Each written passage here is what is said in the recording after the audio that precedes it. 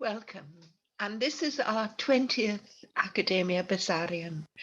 Last night we had a group of 10 people with a wonderful discussion, but I forgot to record it. So I'm doing it this morning in the hopes that that way we can still document what we discussed. And it always dislikes advancing at the beginning. But this is on Dante's Florence.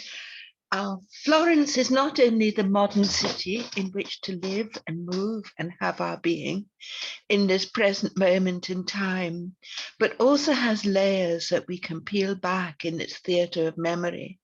In this case, the Dante's era, before the Renaissance, before the Medici, from his birth in 1265 to his exile in 1302. This is the cityscape of his Vita Nova and will be what he remembers of his neighborhood in his dream vision in exile in the Commedia. And this is now becoming a book, of which this is chapter 1 on Dante's Florence, giving his biography through the buildings, the columns, the towers, and so forth of his city, much of which still can be discovered if one knows where to look.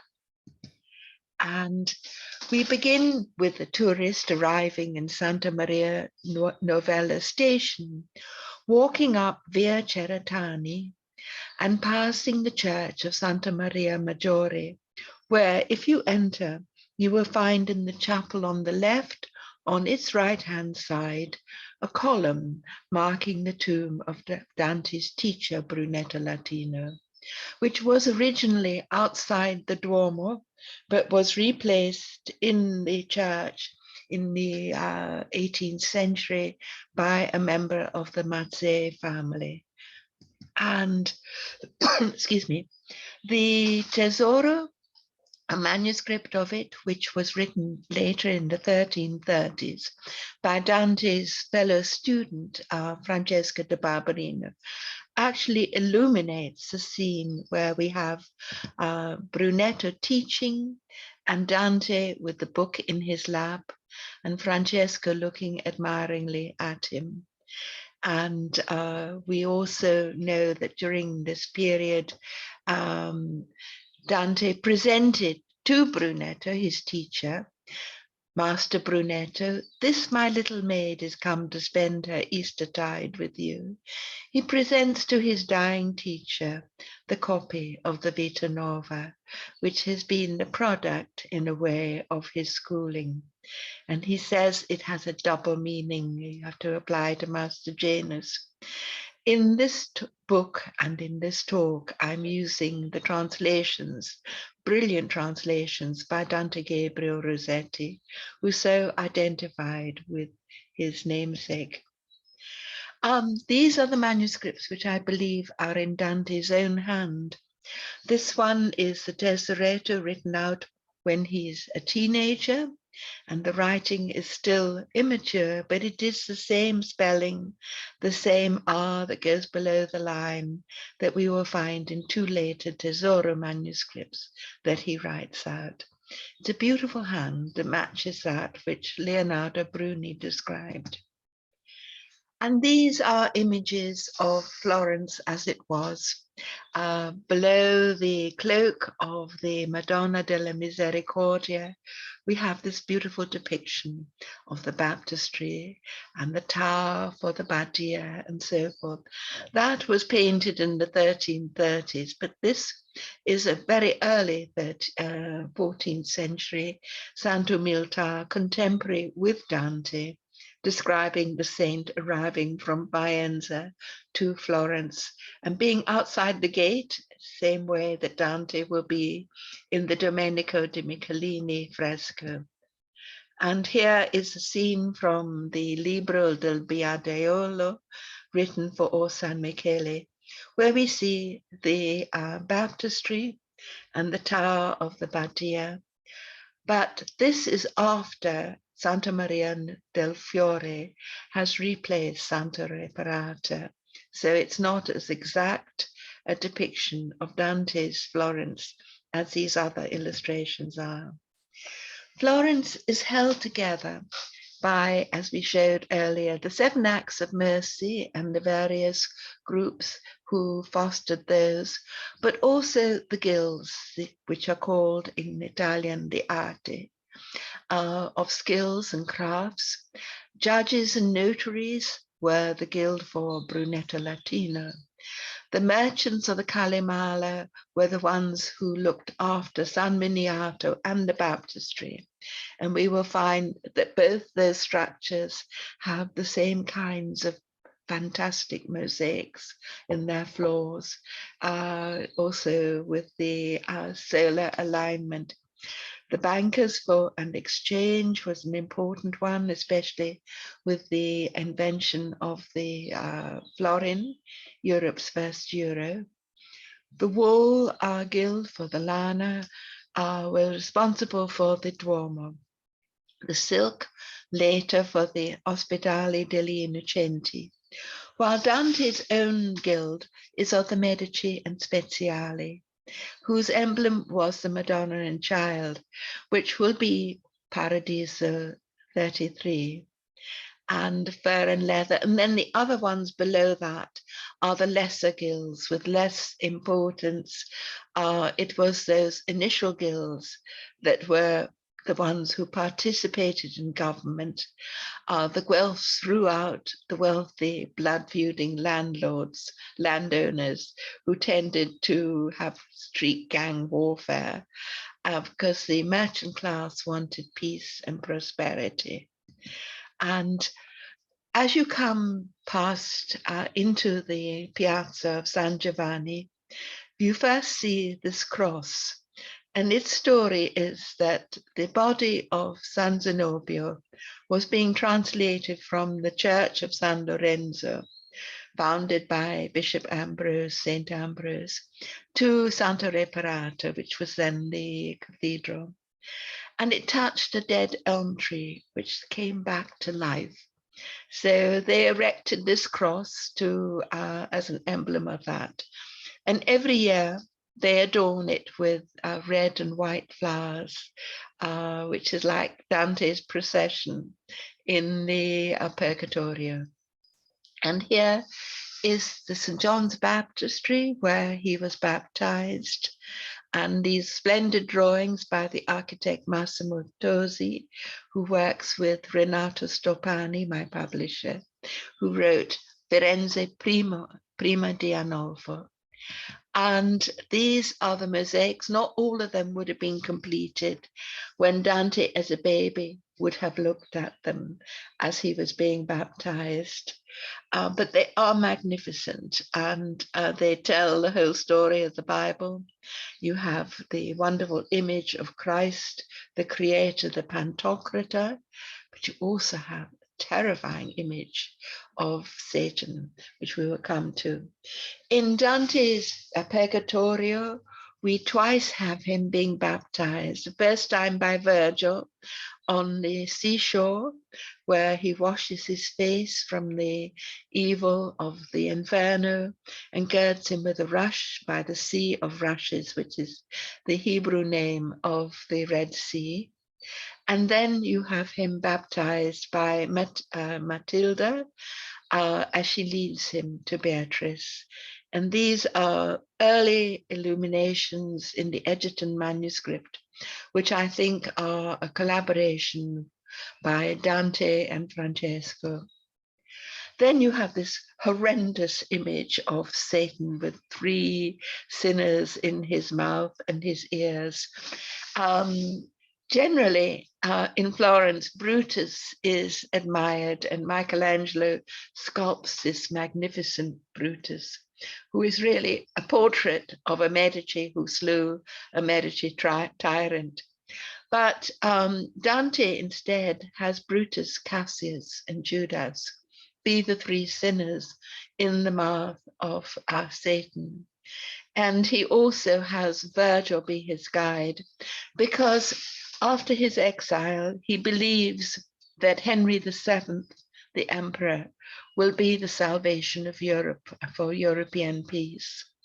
Unfortunately, Henry VII dies, but Dante begins the Commedia in the sense of writing as Virgil had to Caesar Augustus. He is writing to Henry VII. And then he has to proceed beyond that. But he still has the old baggage, imperial baggage of the structuring of the poem from its beginning. And then this stone is dirty, it's cracked like the step in the Purgatorio by the Baptistry, but it is quoting Dante's lines about his wish to be returned to Florence from exile, to the church of his baptism, and be restored to his citizenry.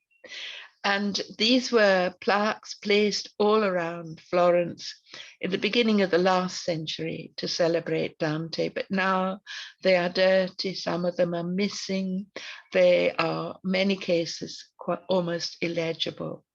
We propose cleaning them, and that is why in the photographs you will see my image, my presence, because we needed to judge the height of them for doing the financial estimate, whether we need to hire a cherry picker and so forth. This is Santa Reparata before Santa Maria Nuova, Santa Maria del Fiore, and del Fiore are the irises, the lilies, from which the Romans had called Florence, Florence. It was begun by Arnolfo di Cambio in 1296 and finished by Brunelleschi at 1436, the Misericordia workers laying the first stone. And on the facade of Santa Reparata, Arnolfo di Cambio had sculpted this marvelous Dormition of the Virgin, no longer accepted in the Western Latin Church, but still in the Eastern Orthodox one, where the Virgin dies and Jesus comes and takes her soul up to heaven as a little girl child. And if you remember in Proverbs, there is this wonderful story of wisdom as a little girl, God's daughter, playing at his side as he creates the world. Arnolfo di Cambio has perfectly understood the anatomy of a little girl child in this sculpture, and the face of Jesus is so tender. It's a bit distorted because that was the way sculptors had to do it if the work was to be seen from far below. And we remember the tremendous head of Constantine in that way in Rome. And here we have Domenico di Michelini painting in the Renaissance, and Mount Purgatory in the background, which Dante models on, and also Michelini, on Monte Cecere, which is where Leonardo da Vinci had his unsuccessful flight experiment, and his guinea pig unfortunately broke his arm, so that was why Leonardo gave up on trying to invent the aeroplane. But that mountain is outside of Fiesole. It used to be the quarry for Florence's Pietra Serena with all of these stone galleries and terraces. Now it has been planted in the 19th century by Englishmen with cypresses. But also I went on the pilgrimage to Mount Sinai because of John Demarais' book, and I climbed it. He was too ill to climb it, but I almost had a heart attack climbing it. But I did make it to the top. And these are the terraces with the arches where the monks would hear confession, which Dante then uses for the gates of purgatory.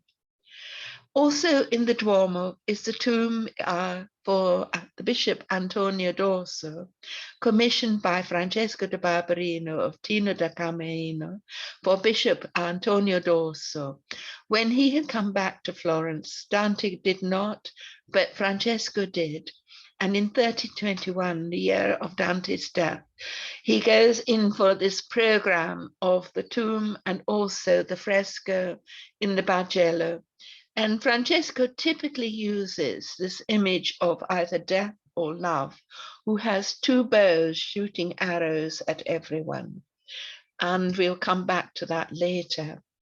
Outside Santa Reparata, and now outside the Duomo, on the wall right by Giotto's tower, which had not yet been built in Dante's time, we have the scene of the Annunciation. And this was to mark the place of the tombs of the Compagnia dei Laudesi of Or San Michele. They would come together in Or San Michele, members of all of the guilds, Florentine citizens, and sing Franciscan laudes, and also collect the money to build this as a secular shrine to the Virgin. And this is Analfa di Cambio's version of the same scene, which used to be in Santa Maria Maggiore.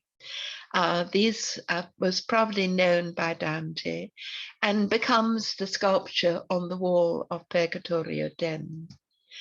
And then we have the story in Boccaccio, which is illustrated with Guido Cavalcanti leapfrogging over the tombs outside in the piazza of the Duomo.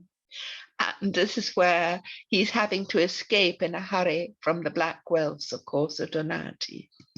And this is a 17th century painting owned by the Misericordia of what it was like during plague tide when the Misericordia workers were having to bury the dead and carry the sick. They were founded 700 years ago by a group of porters who used to swear a lot, and then they decided to fine themselves for each oath. The money mounted up so much that then they decided they better do something good with it. And so they dedicated themselves to carrying the sick and the dying and burying the dead.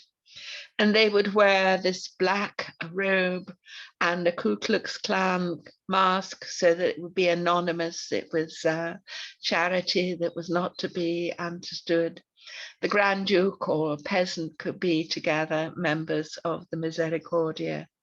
Now it's become very corrupt, but it still runs a free ambulances, and twice I've been carted off in their ambulances to Santa Maria Nuova Hospital, founded by Folco Portinari.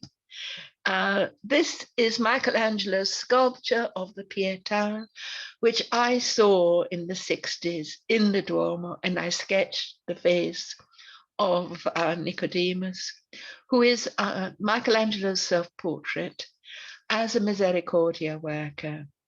Florentine artists really knew their anatomy because they were also involved with carrying out these skeletons, their bodies, the cadavers. They understood human anatomy. They understood the human body. They were close to it. And here we have on the Misericordia building the beautiful lines, Virgin Mother, Daughter of Thy Son, which explain the Analfa di Cambio sculpture of the Virgin as a little girl, her soul being carried by Christ, Figlia del tuo figlio. And now we traverse the streets of Florence. We've been in the Piazza of the Baptistry in the Duomo, and we now go down Via del Oriolo to Via Folco Portinari. And here is Santa Maria Nuova Hospital, not in the map, but it's important to realize how ancient this hospital is. It was really Monna Tessa, Beatrice's nurse, who founded the Oblati, the nursing order, who kept everything clean, washing the sheets and the towels and the floors, and had a tunnel from their building across the street to the hospital. And Folco then built the hospital for the pilgrims who were sick on their way going to Rome and so on. And that is its form in the Middle Ages with its cloisters, which it still has. But it then built the Renaissance facade, which you see here in the 17th century, and then in our 21st century with its COVID tent outside. And now you go down Via del Oriolo to down Via Sant'Egidio, till you come here, and there's an archway until you come into the Piazza San Piero. Here is the Piazza and the archway, and the Torre, the tower of the Donati family. This is where Corso Donati, Dante's enemy, Guido's enemy, head of the Black Guelphs, very violent, but a valiant warrior at Campaldini, and also his brother Forese Donati, who was Dante's friend. They used to write bantering sonnets against each other. And also Piccarda, and then her sister, who is not named by Dante, but has a most beautiful name, Ravenna. And Corso snatches both of the sisters out of the convents where they wanted to be, forcing them to marry. And Piccarda's convent was up on Oltrarno, the other side of the Arno, Monticelli. And with the Clarissans, with the foundress was the sister of Santa Chiara, Sinclair of Assisi. And they also had one of two of Francis's tunics. And here is the Donatita and the Albizita. And now we will, first to talk about Giano della Bella. Brunetto had taught how important it was not to have blood feuding in the cities, but instead to have the podestà who administered justice under the banner of the Gonfalone of justice. Here we see it with a cross. Today it has the lily. This is in our cemetery. We were awarded the Gonfalone of justice one year for Elizabeth Browning's writing against slavery. And the problem was that Giano della Bella instituted the ordinance of justice, meaning that nobles were not allowed to participate in government. Only tradespeople could. And it was to work for peace and prosperity and not for violence and war. But Corso Donati murdered someone, and the people were angry because Giano della Bella was afraid of Corso Donati and did not act on this injustice. So they snatched the Gonfalone of justice and they turned it against also Giano della Bella and expelled him. So he died in exile. Corso, meanwhile, was able to come back from exile.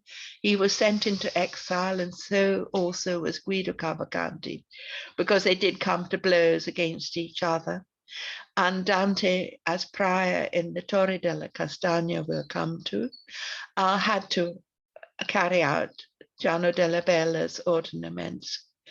But Corso Donati returns and violently breaks open the prison, the Stinche, which has only one small door, to have the prisoners support him in power. And here we see in the Ghirlandaio fresco the members of the Order of St. Martin, the Buon Uomini di St. Martin, ransoming a prisoner and letting him out of the store, which was called miserere, which is the word Dante utters in the Inferno, as if the Inferno is, and they say, it is a prison. And here we see the people eventually rise up against Corso Donati, chase him from the Piazza of San Piero Maggiore to San Salvi, where they kill him. And the plaque on the church gives the lines from Dante's Purgatorio concerning this. And now always Dante, when he talks about the Donati and the Adamari, the Black Guelphs, he uses this image of the tail of the beast, whether it's in Purgatory or wherever.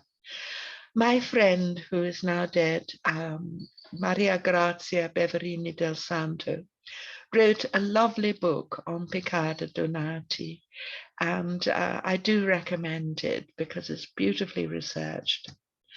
Then now we come down the Via degli Albizzi, we take the Via del Proconsolo, and we come into the Via dell'Occhi, where we meet palaces with the inscriptions of Dante's mentioning the families that lived there, the Vis Domini in Via delle Occhi, from Paradiso 16, and also the Adimari, who were the tail of the race like a dragon again.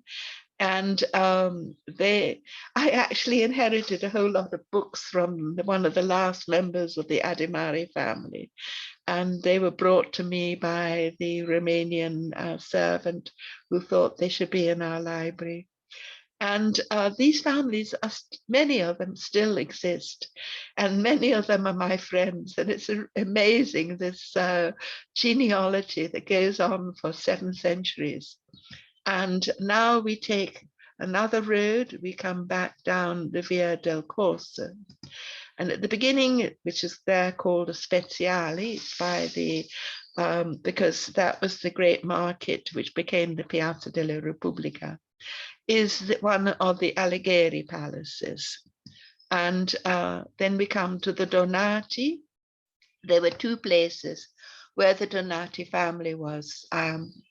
Dante had to marry Gemma Donati, who was probably from this area rather than from the Piazza San Pier Maggiore.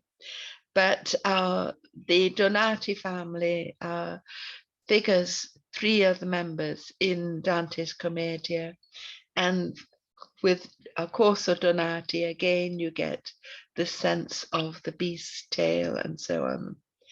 And then the Cavicciuli, who are one of the members is Filippo Argenti, whom we meet in the circle of anger in the Inferno.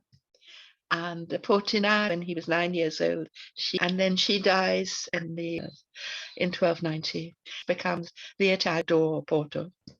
And here we have the Rabignani family tower, and Bellinjon Berti, whom Dante describes in the Cacciaguidi Cantos as dressed very simply, and his wife also not like the modern Florentines of his day.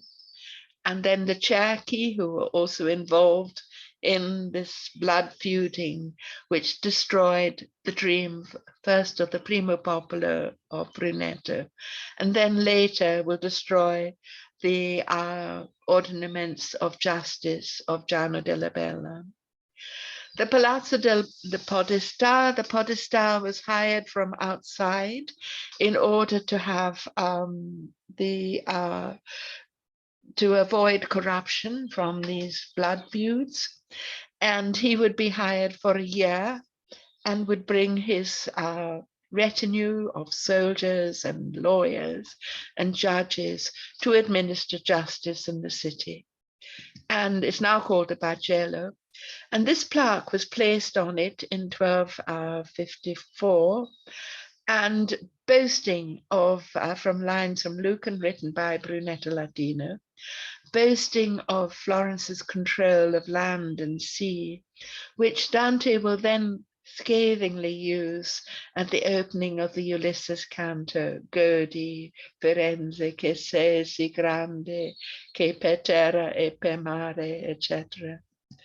And pride going before a fall, Brunetto writes out these pages in the Libro di Monteverdi, then goes on embassy to Alfonso el Savio, and will be able to bring back the Nicomachean ethics of Aristotle and the astronomy of Africanus, which he will teach to Dante, which will become the structuring of the Commedia. But alas, the Battle of Monteverdi, Florence loses even her carroccio with the bell, the martinella, the Bocca degli Aberti cuts off the hand of the standard bearer of the lily. So they lose, and the Arbia is red with blood. And then Dante, we have to leap forward in time because we're dealing with space and it doesn't always go chronologically. The Libro del Chiodo, later than the Libro di Monteverdi, but both were kept in the Bargello, is when Corso Donati has seized power. He has vengeance on Dante for having, as prior, exiled him. And the exile has also caused the death of Dante's great friend Guido. But now he is condemned Dante to first to exile and then to death 3 times. But later, after 1321, when Francesco da Barberina has returned to Florence after having seen Giotto's fresco in the Scrovegni chapel. Remember, Scrovegni, the family of moneylenders, is also in Dante's Hell. He now commissions this with the Bishop Antonio dell'Orso. Forse, perhaps that could be Guido. This is Brunetto in the red with the ermine. And this is Corso Donati, because Francesco was Corso Donati's notaio when Corso Donati was briefly podesta in Treviso. And Francesco there was commissioning frescoes on justice and mercy, now lost, but which were in the bishop's palace. And then here is Francesco da Barberino, alive below the figure of these dead people whom he is celebrating as being in paradise. But here he's the donor and the initiator of this program in this fresco. And he's always dressed in pink. And he then publishes, it's said in the legend, 100 Dante del Cento Commedia. And they always have Dante in pink, whereas the other commedias have Dante in apprentice blue and Virgil in red, and which I think is interesting, because this is exactly like Francesco della Barberino's self-portraits in the Officiolum, Documenti d'Amore, and so forth. And now we go down to the Badia, the monastery by Dante's house. And it celebrates Count Ugo of Tuscany, whose mother founded this abbey. And then we go down further. In the abbey church is the later painting by Filippino of the Vision of the Virgin of St. Bernard, which is taken from Paradiso 33. And this is also where Boccaccio later would be lecturing on Dante's Commedia. Boccaccio will take up the role of Francesco da Barberino at Francesco da Barberino's death and his burial in Santa Croce with an epitaph that Boccaccio wrote. And what's interesting is that Francesco is taking up what Brunetto had taught him about multiple scribes copying out a book from it being dictated to them, which Brunetto had learned at the court of Alfonso el Savio. It was a very efficient Arabic way of producing multiple books, which the Latin West was not doing. One monk alone copying out one copy of one book in a scriptorium was much slower and less efficient. The Badia had this delicate tower that we keep seeing in illustrations of Florence, which the people at one point in anger tore down and had to be rebuilt. And here we see in Via Dante Alighieri, another comment from Dante's Commedia.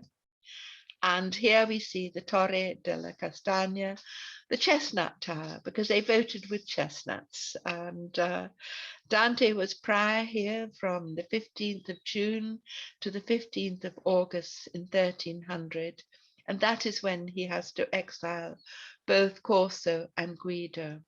And Dino Compagno, who writes a wonderful history along with Villani, Giovanni Villani, whereas the Corso Donati presence in the fresco in the Magdalene Chapel in the Bargello was documented by Filippo Villani and by Giorgio Vasari. And then it got forgotten, and everyone thought Corso Donati was Brunetto Latino, which he must be turning in his grave over that identification. Then there's St. Martin's Church, which is right opposite Dante's house. and is documented as being so with a fig tree. And the little chapel, small church, is frescoed later by Ghirlandaio with the 7 acts of mercy. And here we see in Via Dante Alighieri the real door of the Dante house before the fake one was built next to it. That's the fake one here, and this is the real one here, with the plaque above the real one. And the fake one was built in the 1920s. And we can tell that door is contemporary with Dante. These were painted when Sant'Umiltà died in 1310, and it shows the typical architecture with this kind of groin over the corners of the door. And here you see an old engraving. There's a wonderful publication by the Comune of Florence in 1864, which even has the facsimile of his father's signature, which I found really useful. The scholars have forgotten it, but you can find it with Google Books. And then we go further down the street and we come to this family mentioned by Dante. And the Della Bella family, this is Gino della Bella's family, in Via dei Cerchi and Via Tavolini. And the degli Abati, remember that Bocca degli Abati is the one who cuts off the arm of the standard bearer, causing the defeat at Monteperti. So Dante really places him in hell. And then Cavalcanti, Guido Cavalcanti, and his father, Cavalcanti. They are right by Orsan Michele. And Guido writes a most wonderful sonnet. Well, first of all, Dante writes this sonnet to Guido. Guido, I wish that Lapo, thou and I could be by spells conveyed in this ship, by magic, with their love ladies, Lady Joan and Lady Beatrice. It was a wonderful sonnet that sort of comes out of Dante's adolescence. He's younger than Guido. Guido writes this sonnet praising the miracles of Orsan Michele. He's against the official church. The Franciscans are also against this lay worship of the Madonna that causes so many miracles. And they claim that this is heresy and idolatry. But the story of Orsan Michele is fascinating. When Brunetto was on embassy in Spain, Alfonso El Savio was writing Las Cantigas de Santa Maria about all of these miracles of the Virgin, always shown in a tabernacle with her child, and with the music and so forth. And he gave a copy of this, a royal copy that he had done, to Florence to help him become emperor. And which is why Brunetto was sent to him to bribe him with the possibility of becoming emperor if he would help Florence against Siena and the Ghibellines at Monteperti. And these are the miracles. This is the scene earlier, before the Orcagna tabernacle and before the present Dadi painting. There had earlier been a similar painting, and this occurs in the Libra del Biadeolo, possibly illustrated by Francesco da Barberino. And I took this photograph years ago before Orsan Michele was cleaned up. I used to light candles here for my children. And it was so beautiful, you could put a piece of money in the machine and it would suddenly light up like magic. And it was quite ephemeral. Then we go back to being dark again. But it was just the most splendid experience. And now it's all cleaned up and you don't get the same magic. And you're not allowed to have candles too near it either to keep it clean. But these are the miracles of Las Cantigas, and there is a definite correlation between them. Florence is copying what Brunetto had taught them from Spain. And we remember the Compagnia de Laudesi of Orsan Michele in their tombs. Even Brunetto's daughter, Bianca, leaves most of her wealth to Orsan Michele. And all of the guilds, gave statues and so forth, and Verrocchio, Donatello. It's amazing. And now we go down the street to the Via Lamberti, and we see there Stemma, Gian Filiazzi. I love the way Dante describes the heraldry of the Gian Filiazzi as Stemma. I gazing round me come among them upon a yellow pouch I azure saw that had the face and posture of a lion, the blue lion on the gold background. And we now come to the church of the Santi Apostoli, where they keep the flints for the holy fire, which they bring to the Duomo, and light from it the dove which flies into the Carroccio, which is the old battle cart that was lost. The Sienese managed to get it at the Battle of Monteperti, and then the Florentines got it back. And it's drawn by white oxen with their horns gilded, which is straight out of Virgil and so on. And this is a celebration at Easter at Florence every Easter. And we remember that Dante's ancestor Cacciaguidi was present in Jerusalem and died there on crusade. And that the Florentines brought back this holy fire ceremony, which is still carried out in the Holy Sepulchre, to Florence in the 1100s. And then we have the stemma of the Buondelmonte family. This is the one that is said to have started the blood feuding at a wedding. And the Amidei and Ponte Vecchio. There are two plaques on Ponte Vecchio describing the Arno.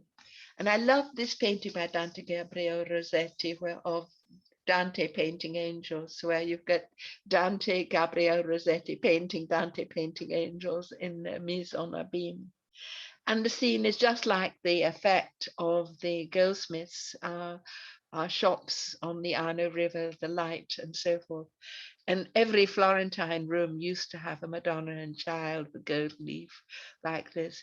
Dante Gabriel Rossetti, his father is exiled, a political exile to London, and he's teaching Dante. And his son really takes on this personality of his namesake. And here's the other plaque on the Arno. And then we come to the Piazza Santa Felicita, which is an extraordinary place. The column is said to be later to celebrate a battle, but I discovered last week, no, it is mentioned in Villani as being where 1,000 young Florentines, all dressed in white, came to celebrate the god of love. And they are illustrated by Francesco da Barberino in Brunetto Latino's Tesoretto. Here's the god of love on the column, which is a Corinthian column, with all of the virtues around him. And he's shooting arrows from two bows. And here he is again. And you see, this is the column that is here in the Piazza Santa Felicita. We know the date. It was St. John's Day in 1283, a time when Florence was in great prosperity.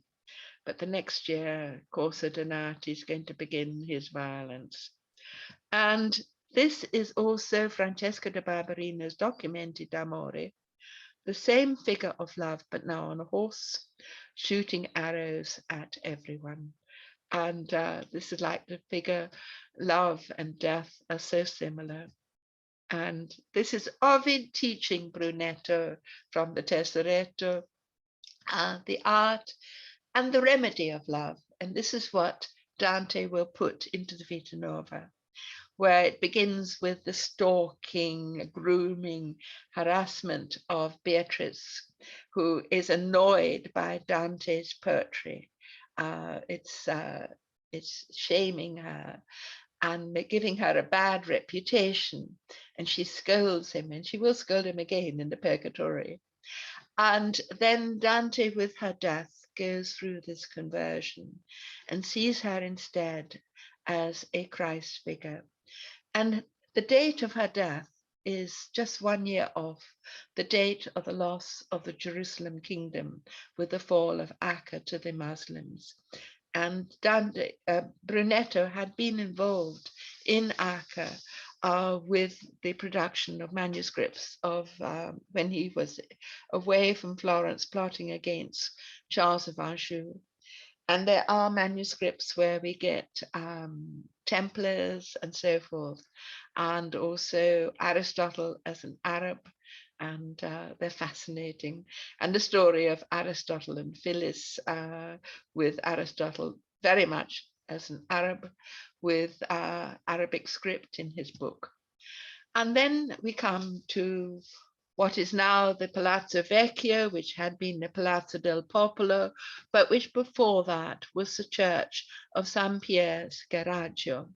And this is where the peace treaty that Brunetto Latini had written between Florence and Siena in 1254, just 6 years before Monteperti.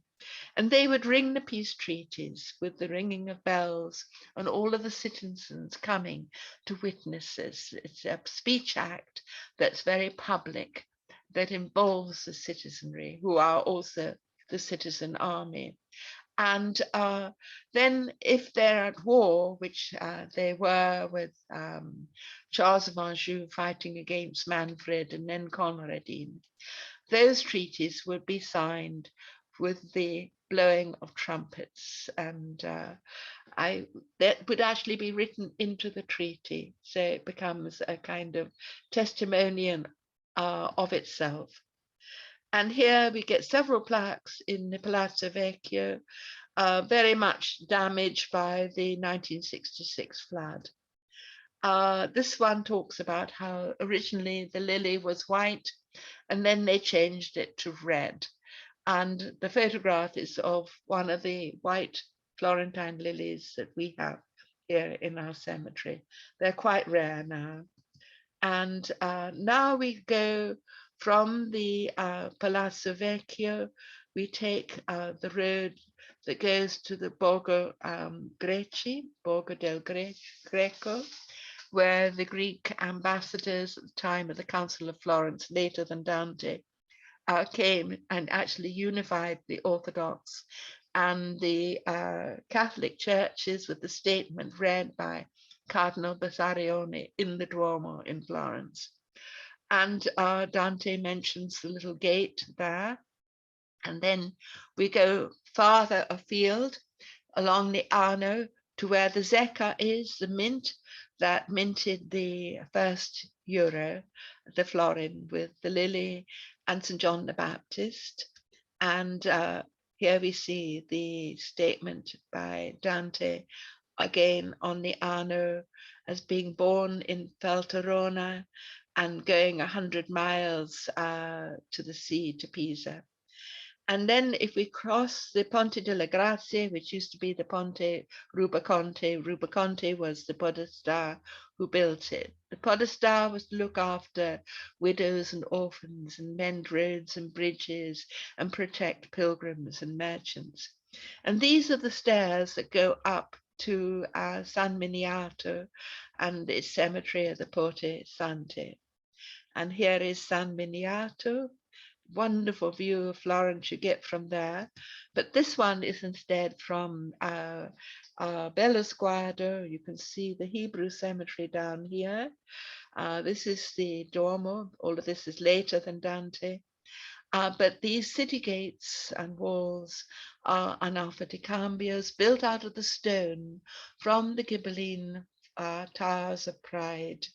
The Ghibellines used to have tower societies and waged gang warfare against each other from the towers, like the one you saw of Donati, which would have been much taller before it was raised to a certain level.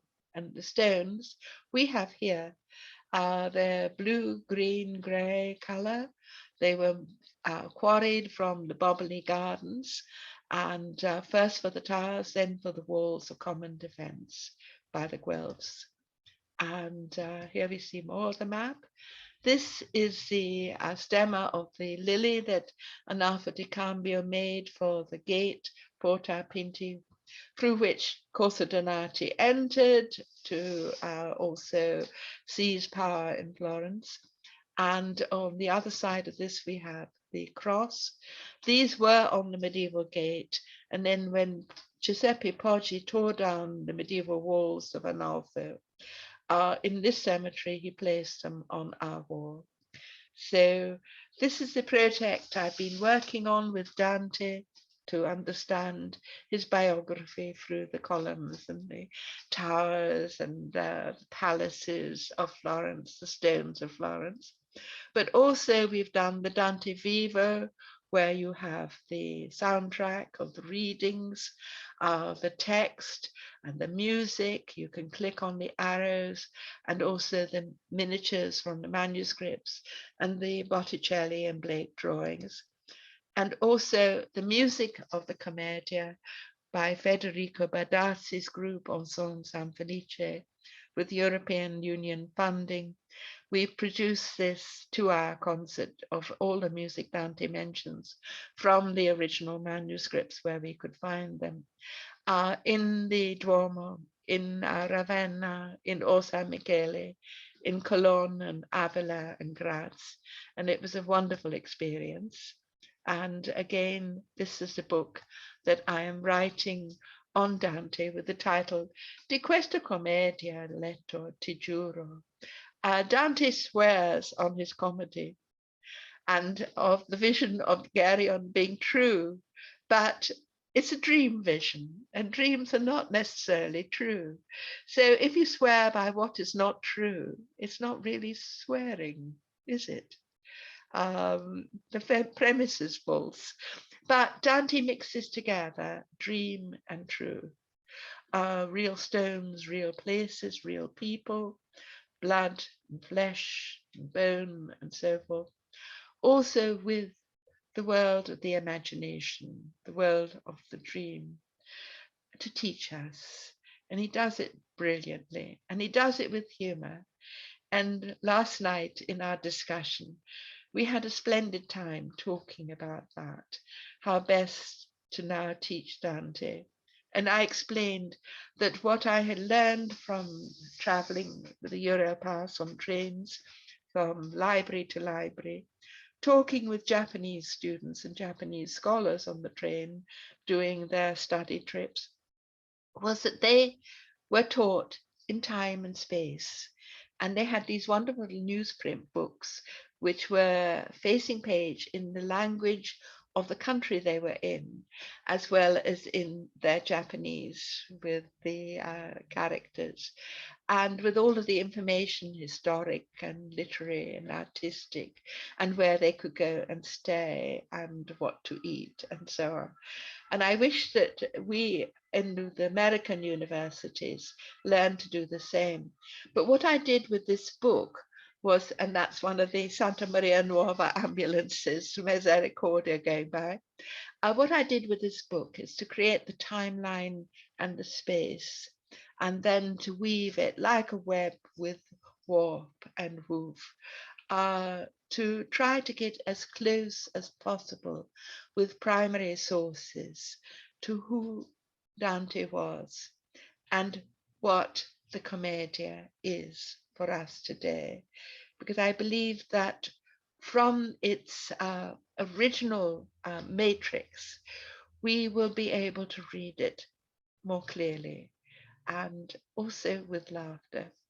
And now, thank you for listening, and I will exit from this and also record this. Good night.